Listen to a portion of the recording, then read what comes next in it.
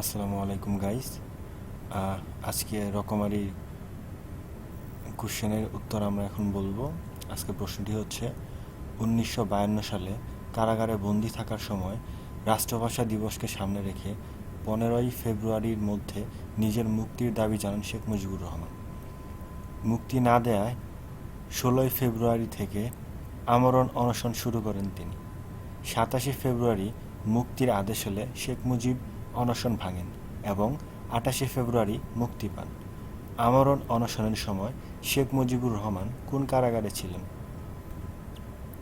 Option দেয়া আছে গোপালগঞ্জ, খুলনা, ঢাকা কেন্দ্রীয় কারাগার এবং ফরিদপুর কারাগার।